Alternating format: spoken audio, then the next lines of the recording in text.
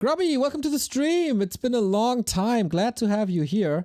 This is still a game called Dota, but I think this is where he starts reacting to the patch. Hey guys, and welcome to another PTR patch note from Blizzard. Yay! We have the third patch notes in a row now, in the span of just about a month. Let's look at it.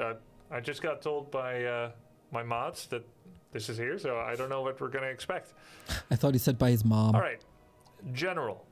Reverted Tavern Revive cost 5% increase. Okay. I kind of like that change, so I don't care too much for its removal. Maybe Same they as had me. bad feedback. To be honest, I don't know where they're getting most of their feedback, because I don't imagine loads of people are playing the PTR. But if they're smart, they're checking the W3 Champions ladder, which emulated the patch changes on Right the on. actual live server in a custom map. So that's pretty cool. You can play it via W3 Champions without having to install the PTR. That's true, actually. And I think this was one of the best things that happened to the patch, because players played it a lot, because they could play on their normal servers, unlike the Blizzard servers that are still not that great. Anyway, let's go to the next. Orc reverted Headhunter lumber cost from 30 to 20. So now, just to be clear, after 3 changes to Headhunters, gold and lumber cost increase, removing the gold increase, and only keeping the lumber cost increase, we are now back to square one of how Headhunters were in the last year or so, but they're increasing build time. This is interesting because this actually directly addresses, I believe, the feedback for some of our Asian pro gamers who had been commenting on this. I saw some people talk about this, that Headhunters, it wasn't so much the cost, it was how fast they can be produced all the time. Yeah, I think this is pretty much directly from Lawliot, if I'm not mistaken. I think this feels most appropriate among all. They are so spammable, they are produced so fast. I think this is the best change yet to address Headhunter dominance a bit. Blade Master... Coming from yours truly. And Monk. Monk had, he's smart. He did it well. But cool to see that from Grubby, because obviously he, alongside Kiwikaki, was the one to implement Farseer Headhunters into the meta, right? That was him, it was Kiwi, and then everybody followed. So good to get that feedback, that he doesn't think it's too weak or too strong, puts him in a good spot. Good to hear that. Mirror image damage increased from 10 to 15. Little bit funny patch note, because the actual process was 1 year ago, which I'll use as a baseline before Blizzard came back to do patches. Mirror images from Blade did 0%. Patch a month ago, 10%. Another patch to the PTR, 25%. Cue outrage from everyone. Maybe you've seen my YouTube video with the mirror image damage too. It was crazy. They're hitting like grunts. And now it's back down to 15 from 25. So it's not from 10 to 15, but from 25 to 15. I still think that's quite a lot.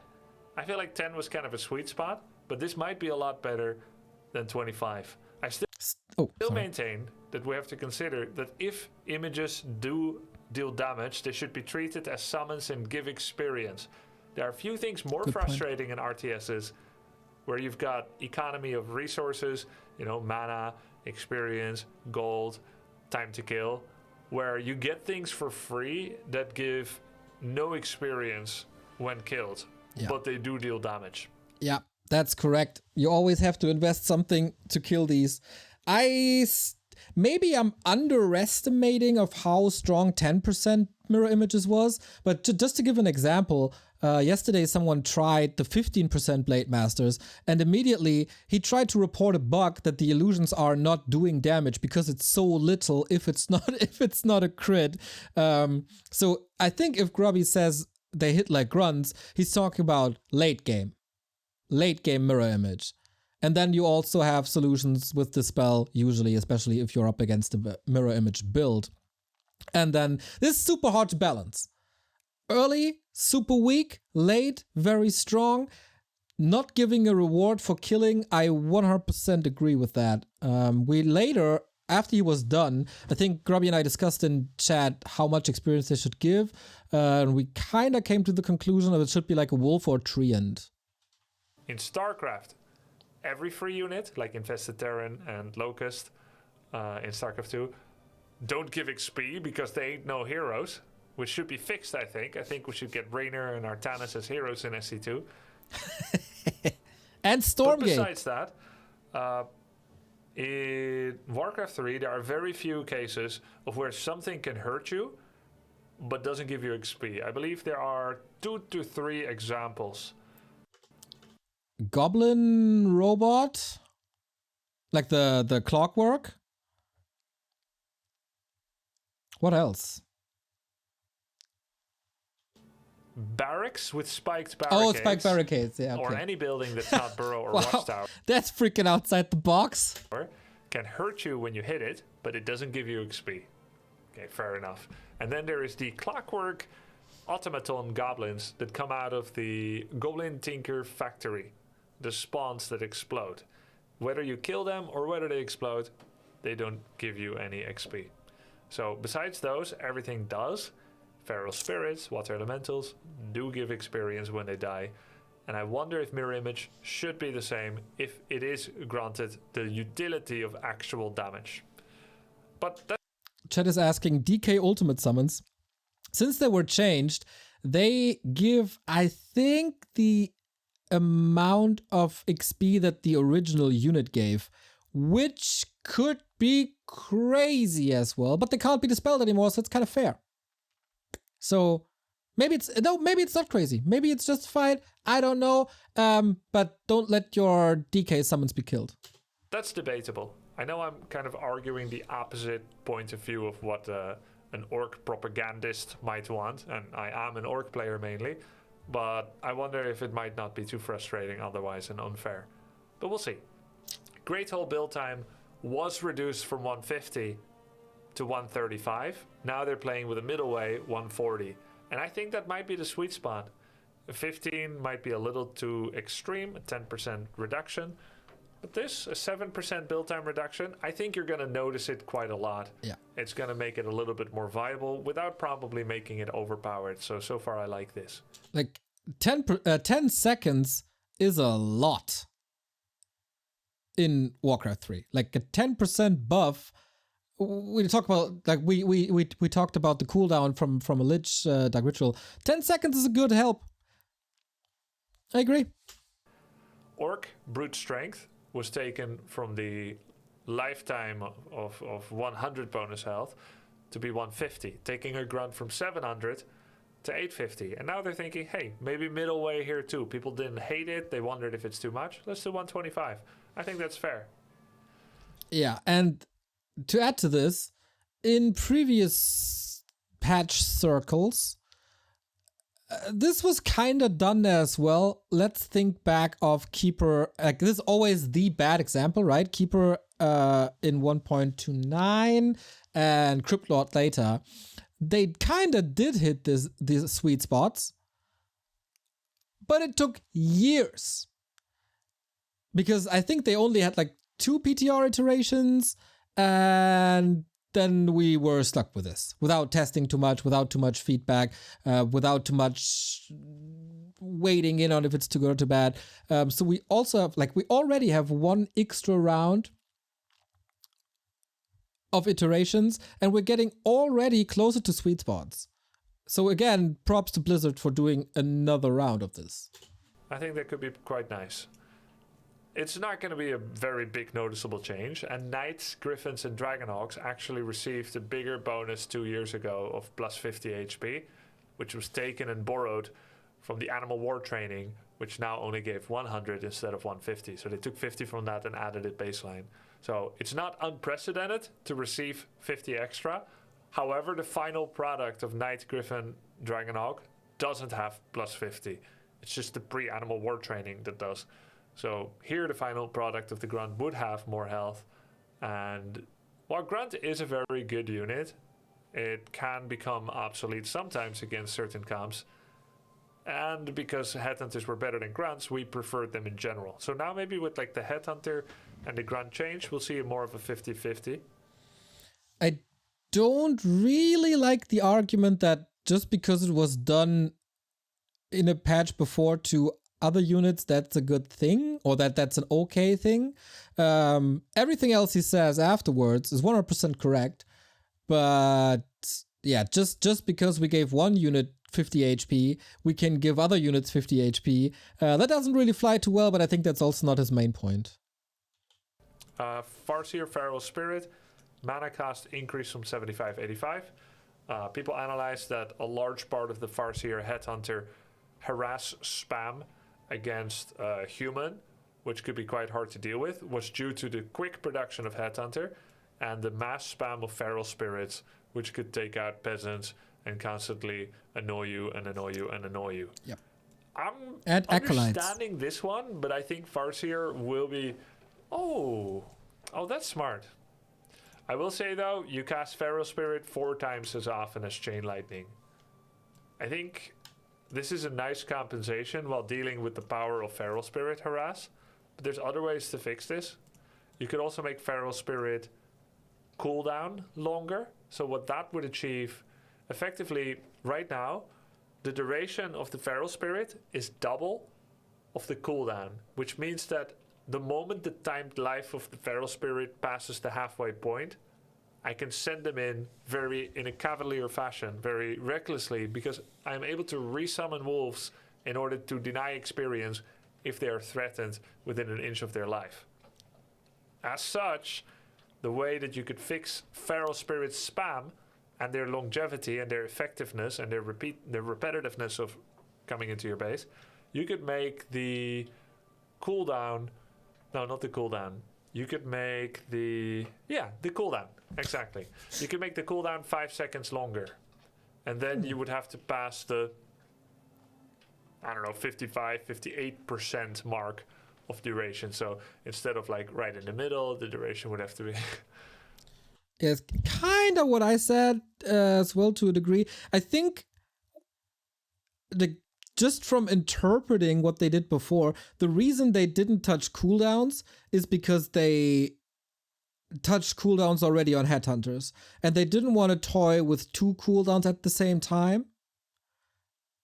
Plus the Great Hall, which is basically a cooldown as well. And mana cost wasn't really touched, so that's a way to do it. I think it's almost accomplishing the same without being too repetitive in patch notes or in the way they do this. I think the goal can be achieved in multiple times. Maybe his point is good and we have to think about it though. So basically what it would mean is that you have 5 seconds less of the remainder of the life of the Feral Spirits to use them while they're protected by the possibility of a resummon, if that makes sense. That would be one way that you could deal with it. If you... This also a different power curve, right? Because what this basically touches on is the later stages of a Farseer Headhunter harass, where the Farseer Headhunter harass is already weakened by later arrival of Headhunters. So with the cooldown change on wolves, you would weaken the Farseer harass constantly, because the wolves always come in 5 seconds later, plus the Headhunters come in 2 seconds later. So now you got a strong Farseer, like with the changes Blizzard presents, you got a strong Farseer start, you got a slower trickling in of Headhunters, while with the Grubby proposed changes, you would also have a weaker Farseer harass in itself. Would go with this route, which I'm not sure it's the right one, though I do get it. I believe Chain Lightning should be 105. Why? Potentially. Because, again, you cast Feral Spirit 4 times as often as Chain, so this is not adequate recompense, and it would just constitute a general nerf to the Farseer, which I don't think is merited if you're already addressing Headhunters a little bit as well. But it isn't an equation, is it? Like, it's not, you got a mana pool of this, so it's 4 times wolves and 1 time Chain Lightning, and then your mana pool is gone. I think you have to look this mana cost of spells more individually and less as an equation. Because you nerf this, you gotta buff this. This is an argument that I don't support. And Chain Lightning is, I think, in a good spot overall, except maybe level 1.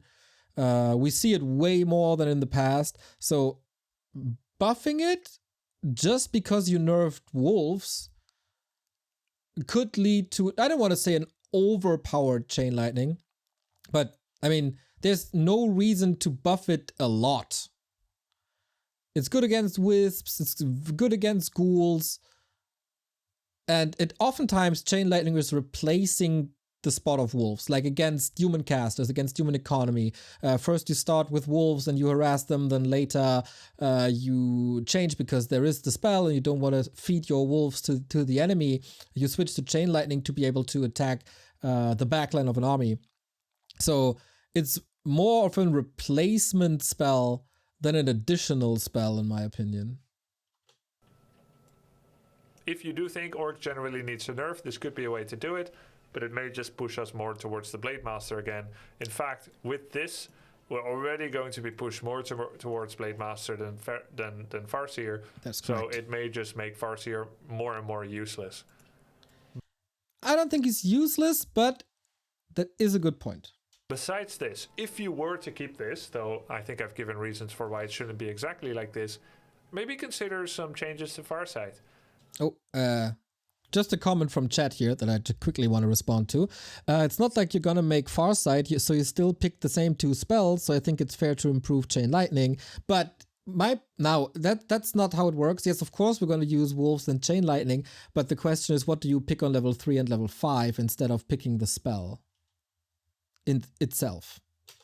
And how often to use the spell over the other. Theorize that every level of Farsight could give you 100 or 200 bonus active range of vision at all times, or only at night or something. That could be a way to make Farsight more useful, besides the reveal that you can do now and then. Or every level of Farsight could give you 100 bonus attack range, or 50, just 50, or 100. Could be like 50 at level 1, 150, and then 250. He's not an amazing auto attacker, so it's not like he's going to be like a busted damage god. But that could be a way to like tie in a little bit of Farsight value. And I'll predict, even if you add that, you're still barely going to see Farsight picks. But it may make him a bit more of an exciting level 8, 9, and 10 hero. Because right now Farseer is an early game hero, but you don't care about his level 7, 8, 9, 10. Because Earthquake sucks, Farsight sucks. So, yeah, maybe Farsight bonus attack range. So, while I don't know if I agree with this or not, this is what I really like about the balance feedback of Grubby and Remo. They always think a little outside the box. This is something that is, for example, completely lacking, or oftentimes lacking from my feedback, because I'm more of a reactionary feedbacker. And they are proactive feedbacking, which can lead to some crazy stuff, exploding critters, but it's definitely necessary to have such thoughts to drive the game forward. And this is punching in an equal direction as Remo wanted to buff the bottom with more vision. So this might be something for a future patch if we get them. Then human.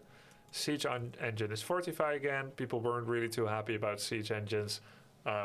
I included didn't think that Siege Engine in its new form was going to get used at all with heavy or medium armor and the ability to attack units.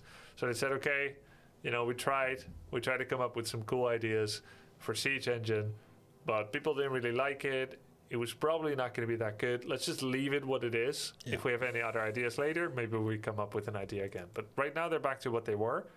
Animal trainings need... Gotta be said that the barrage buff is still in. So, but yeah, I agree. Back to the drawing board it is. So again, which I think is correct. Orb of Fire is no longer 10 damage, but wasn't it 7 for a bit? Yep. Or is this down from 10? 10 is the PTR attempt. What is live server, 5 or 7? And this is what I mean by how Blizzard is writing these patch notes. how is anybody who's not following the game as closely as me, who does this full time and also producing content around these patch notes full time, supposed to know this? I'm not sure. But either way, 5 should be okay. Orb of Fire costs reduced. It was 7, right? Yeah. So now you're actually going to be far more likely to get the Orb of Fire as a utility item. Keep in mind that it has a healing debuff on the opponent. This is really cheap for what it does, and losing 75 gold cost and 2 damage is such a good trade. It makes you less do meme spams of Orb of Fire on the Pit Lord or something like that, and sink money into like making your hero a Dota hero, and it's more the utility of anti-air and the anti-heal.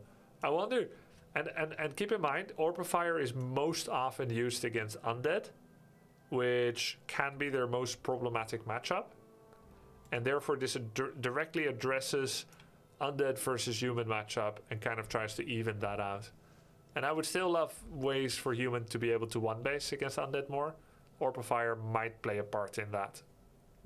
But there are many other considerations, like Peasant harassed by Unholy Aura, Death Knight, and Destroyers and stuff. But okay, I think I would actually like to try some human with this. Human versus Undead should be fun challenge. One base rifle caster, like Hawk used to play, or maybe still does. Rifle Priest, AM, MK Paladin, Staff of Sanctuary, Orb of Fire. It's not easy, but when well played, he really gave Happy a run for his money.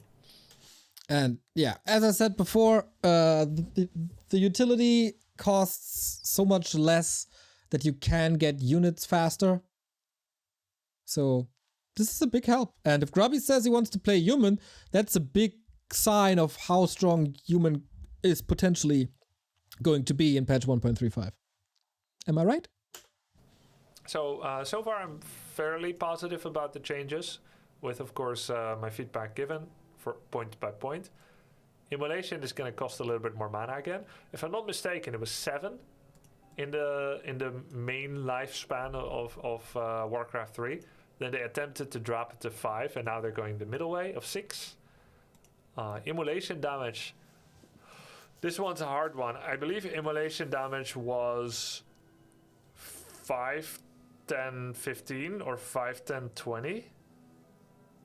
Then they tried, maybe it was 5, 10, 15. So they doubled it, 50% extra, 25% extra. Now they're going to go middle way again. So yeah, I'm not sure what the classical numbers were, but I believe they've gone the same approach as with many other things to middle way it. To middle way it. So yeah, let's see. I saw Moon's thoughts on immolation. He mentioned that this was dealing quite a lot of damage, but you're still going to want to have mana burn to mana burn Blade Master to stop his mirror images. And then he pondered, can you play without mana burn? No, I don't think so. I still think you need to max mana burn, aka level 2 mana burn on a level 3 demon hunter. And then can you play without evasion? Well, is it worth giving up level 1 evasion for level 2 for level 1 immolation? Probably not. But no matter what, I think we might see some strategies that rely on economic warfare. For instance, this may help bring back Demon Hunter against Human a little bit. Before we go into this, speaking of like Moon's patch note suggestions, I think he's very conservative in his judgment of patch notes, and he has been for a bit. And I wouldn't be too surprised. Like, Moon is usually, he was at the Keeper, but usually he's not the one to figure out new strats, but to perfect them. So I would take that with a grain of salt. Human and Night Elf, pretty much it's all Keeper or Warden right now. And Demon Hunter is not possible because they fast expand and Demon doesn't have enough grip against fast expo, nor can he defend his own expansion. And while Immolation is extremely expensive mana-wise, therefore drains your Moonwells, if you do have a well-engineered rush strategy with Demon Hunter and Immolation, you might just have the power needed to take down enough peasants or footmen at their expansion and just create a much faster paced, double-edged sword kind of game. Yes. Where you go balls to the wall and try to do real big lasting damage. I think it was fun. I used to remember Suho from China used to play like that. Immolation rush into mana burn, so really skipping evasion a bit. Yeah. You'll probably go with 1 point of immolation, then 2 points in mana burn, and then points in evasion.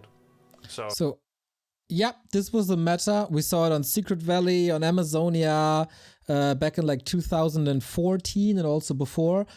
In comparison to the old meta that Grubby is describing very well here, is that Tome of Retraining is quite a bit cheaper.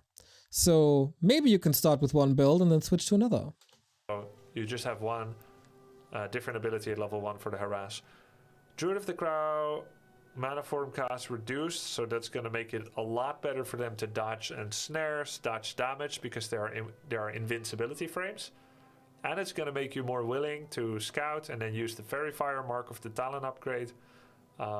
It's going to make it easier and cheaper to go in the air, do anti-air stuff, and land again. And regardless of balance, in terms of gameplay and quality of life, I vastly prefer this transformation cost for the Talon. Again, I don't know if it's balanced, but as someone that would go mass talents for cycloning and Fairy Fire on the ground, it feels really bad to go up for any reason, because you know whatever goes up must come down, and that's 100 mana. That's true. That's very true. Half a cyclone cast, and that's pretty painful. So I like this in terms of quality of life, and then let's see if they're going to be too strong or not and do other things about them. It's also streamlined with the bear, which is always nice. If a morph of one unit is the same cost as another unit, whatever goes up must come down. Trollbat Rider disagrees. Well, some parts of his are falling down, I think. Does that make sense? Then Druid of the Claw starting mana reduced. This is great. This was an unwanted random change by Blizzard without feedback from community. Nobody asked for this.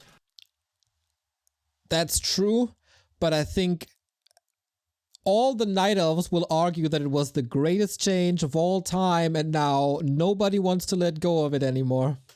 And sadly, there was not enough feedback process. I don't think this had any positive effect on the game. Druid Helped of the against Claw rifles. starting mana being 100 means they come out of the gate with Roar. If you have them Adept or Master upgrade, they come out of the gate with Roar and Rejuvenate. Or, yeah, Adept would be Rejuvenate, and at Master they come out with both, because it doubles their mana pool. So they can do a Roar, and then very soon after they can do a Rejuvenate.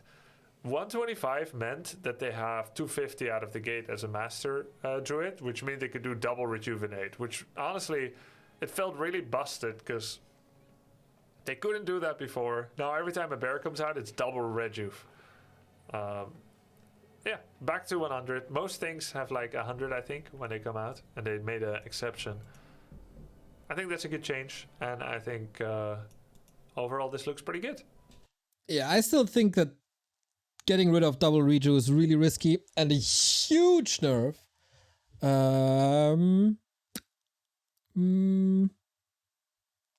I wonder, like as I said, you have to watch this from two perspectives. For the bear itself, it gets rid of some ridiculousness that the bear has, as I totally agree that double rejo shouldn't be a thing. But in the grand scheme of changes that we have right now, I'm not too sure if that is not a bit too much currently. So they are clearly getting their feedback from YouTube videos. In combination with Entangle Nerf, with all the buffs to human, etc, etc, etc. And from Reddit. Maybe even from Twitch chat, who knows. And I like it. I like the adjustments. They may have gone into it with very little experience and some wild ideas, but I think it's getting better. Yes. Lich Frost Nova damage reverted back, so they had done a 20 damage drop per level to the AoE. Oh, So this means it's still equally good at single target pickoffs, but there's going to be a damage cap like Carrion Swarm and Shockwave and Fire Breath from Panda already. Look who's excited and probably anticipates a Nova nerf throughout his entire professional career. We have. So, to be clear, Thunderclap Mountain King, no cap. War Stomp TC, no cap. Carrion Swarm, yes. Fan of Knives, yes. Shockwave, yes. Nova, now also yes. 8 units. The way that Blizzard calculates these things is very complicated to me. Yes! So basically, some spells, they have like a unit cap. And then they have like an optimal unit cap. So for instance, you can hit up to 8, but anything over 5 does less than the promised damage. And then it spreads it among the other 8. Like, it's pretty complicated. I can't explain to you exactly how and what. So this would have to be... Yeah, some spells, they have a unit cap. And they hit that cap, and all the other units are not affected. Like Fan of Knives, for example. Hits the 4 or 5 units, everything else around not affected at all. And then there's some spells, like I think Breath of Fire, or Carrion Swarm, definitely Carrion Swarm. You hit a number of targets that are over the max, and then all of a sudden they do reduced damage, and that's what Grubby just described, is basically like Spirit Link. It's weird. To be tested, but if this goes through, this is pretty big, and the biggest impact it's gonna have is on air, obviously, since air clumps together naturally if you don't micro it. So it's very easy to do like a Nova on 20-30 Gargs, and they're all gonna get slowed, they're all gonna take damage, they're all gonna have slower attack speed. This is most impactful on small air, like Talons, Gargoyles, Hippogriffs, and Hippo Riders. Well, Hippo Riders are big air, or medium big. Dragonhawks. And it's going to be less impactful on Frostworms. Obviously, it holds no sway on Fairy Dragons and on Destroyers, since they're magic immune. Chimera, you're never going to have like 10 in one place. If you do, you're happy already. Moon versus Cash at WGL, anybody?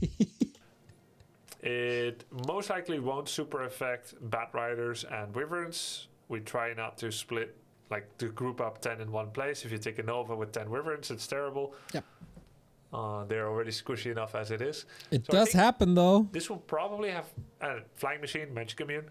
This will probably mostly have influence on ground units, like Mass Archers,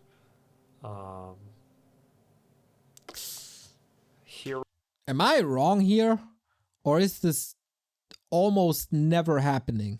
Like, don't you have to hit like the perfect spot of Mass Archers to get up to 8? That's interesting because I'm of a very different opinion than Grubby here. And I just don't see how I'm hitting. I'm obviously worse than he is. So I don't see myself hitting 9 targets on ground.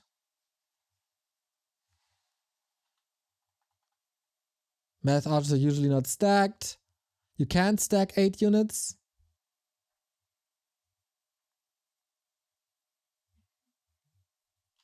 Heroes, Summons, and Bears together. Headhunters from Orc. Human armies, if they dare to go Rifle Priests, which I don't know who still dares to do that against Undead. Yeah, you would never hit 8 archers normally. Footman Militia. Fair. Yeah, I guess I would say even 10 workers is very rare. Imagine getting Nova on 10 workers. I'll say peasants, footmen, militia, ghouls, gargoyles, and headhunters are most likely to be affected. Yep. And so this would be a nerf. But even though they are most likely to be affected, I don't really see ground affected. But on the ground, they are probably the most likely to be affected, which is the whole point where he's right. Against human and orc, mostly. But it's mostly about, yeah.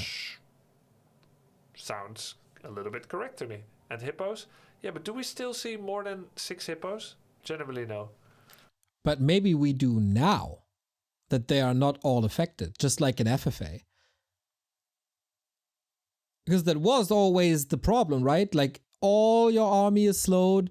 Ideally, you hit a carrion swarm after, and all of a sudden, more than 50% of your HP of the entire air army is gone. So just because we don't see something right now doesn't mean that the changes shouldn't address the theoretical situation of that to enable such situations.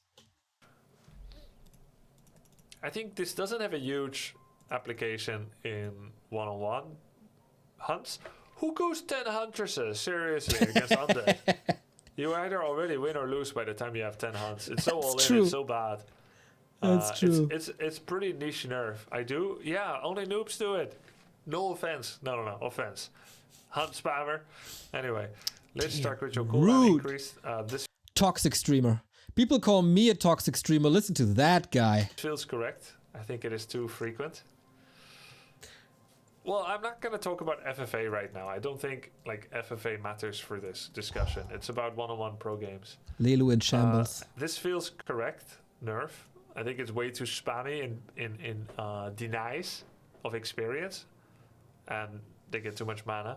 Yes! It might be too much. I would probably expect this ends up at about 20. Kind of offended, even though it's true. Yeah, I know how you feel. I get offended every day in Dota 2 chat. And even if it's kind of true, you just gotta laugh it away. Haunted Goldmine build time reduced from 120 to 110. Was it raised from 100 to 110? I believe it was. See, like, once again, to point this out, neither Grubby nor I could remember immediately the process of the Haunted Goldmine patches in or on the PTR for 1.35. So this would be an in-betweener. Circlet of Nobility functionality change reverted. It's just +2 to all again. Yeah, 100 to 120 to 110. Yeah. So they went for an in-between again. So the nuanced approach after trying big changes. I like it. Circlet of Nobility toggle functionality change. I guess the main issue I have so far with Undead in the last 2 patches, although it feels a little merited, the main issue is they don't get anything fun to play with. And you need to attract everyone with something fun and positive, even when you're doing justified nerfs, which is debatable. So, and also correct. Again, I ask your help, Blizzard or whoever is doing these. Take a look at the Necromancer. My recommendation for Necromancer is to remove the skeletal longevity upgrade. Maybe it had been done already. Wasn't that removed already and built into something? Just embed it. Whatever it gives, the skeletal longevity for Necromancers, just embed it. And maybe cripple, drop it by like 20 mana cost. The tier 3 upgrade. He goes into it? Ah, okay. Yeah, I'd say that would help already. Mainly the skeletal longevity I think is going to put in work. And then and the skeleton mastery upgrade, I would drop that by 25 as well, golden wood.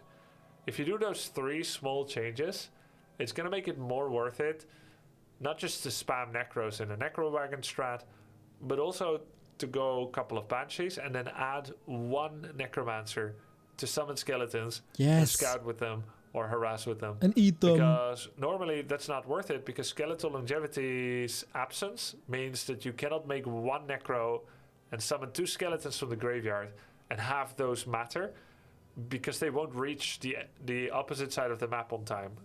And you're not going to get 1 necro and then get an upgrade in order to justify the skeleton summoning, the skeletal longevity. Even though it finishes really fast, it's 100 resources.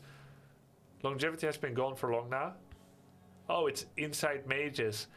Ah, yeah. Oh, I yeah. gave that recommendation before to remove longevity a long time ago, or actually multiple times in patches, but they added it to skeletal mastery. And I think that's an issue, because skeletal mastery costs like 375. So 375 is like the total resources, gold and lumber combined. I think you should take it out of skeletal mastery, drop mastery cost, and embed longevity baseline. Just have skeletons last longer. What's the worst thing that could happen? All of us are going to get overrun by skeletons? I mean, that would indeed be the worst thing to happen because these games are hella boring to cast. But I guess if you don't have an immediate solution to these mass necro summons immediately, you won't have a solution 15 seconds later. I don't hate this idea. Another idea by Monk was to get rid of exhumed corpses and make it natural. Also interesting. Another one, someone had a frenzy idea this morning, I forgot. Okay. Welcome to the Bone Zone. The Bone Zone. 1 of Mana Steel, reduced from 75 to 65. That's an in-betweener. I think that's good. It was 50. I think 75 is too much. Chuddy said, by the way, regarding the circlet, give it 1/1/1 on all stats, +1 damage, +1 armor.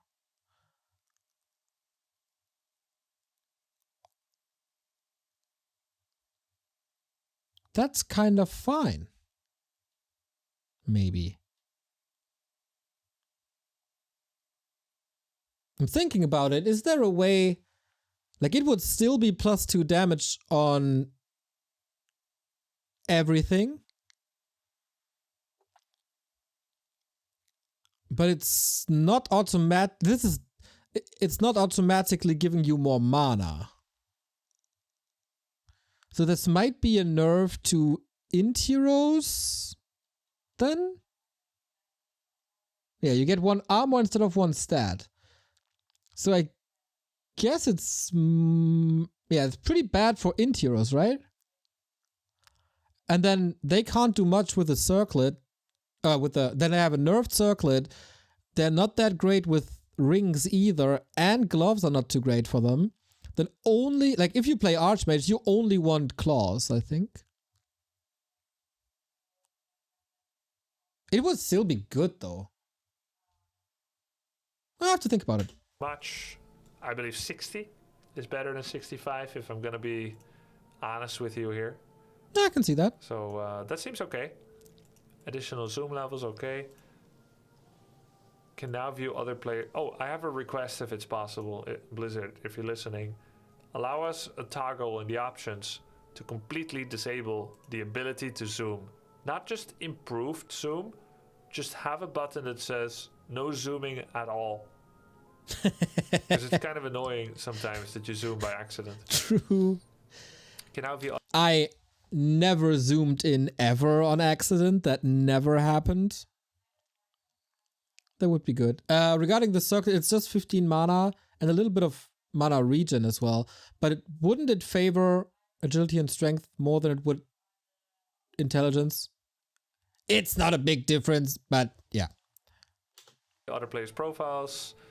Fixed an issue where... Yo, thanks for the sub, Gronk. I just got here and did you just say welcome to the Bone Zone?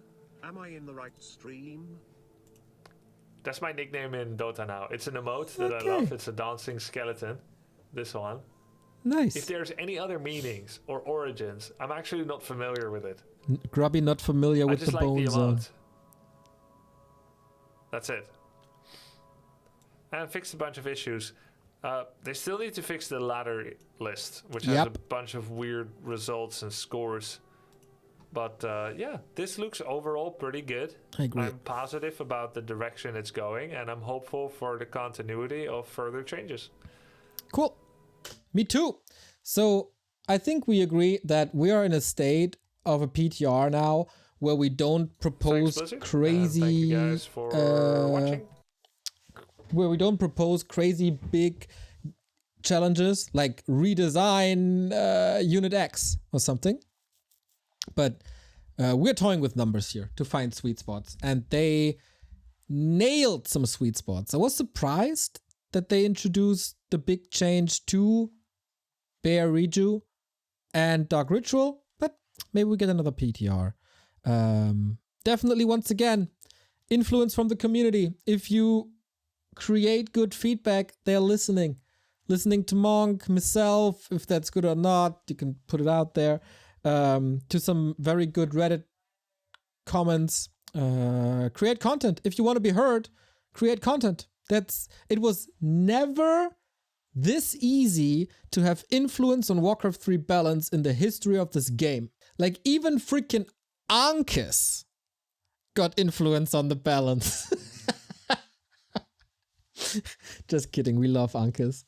But yeah, make good changes, post them, get them amplified. Yeah, still, I would love to have a direct conversation with them and not talk via videos, but hey, can't have it all. Thanks, Grubby, for the insights. That's what everyone in the Warcraft community should do. Stuff like this.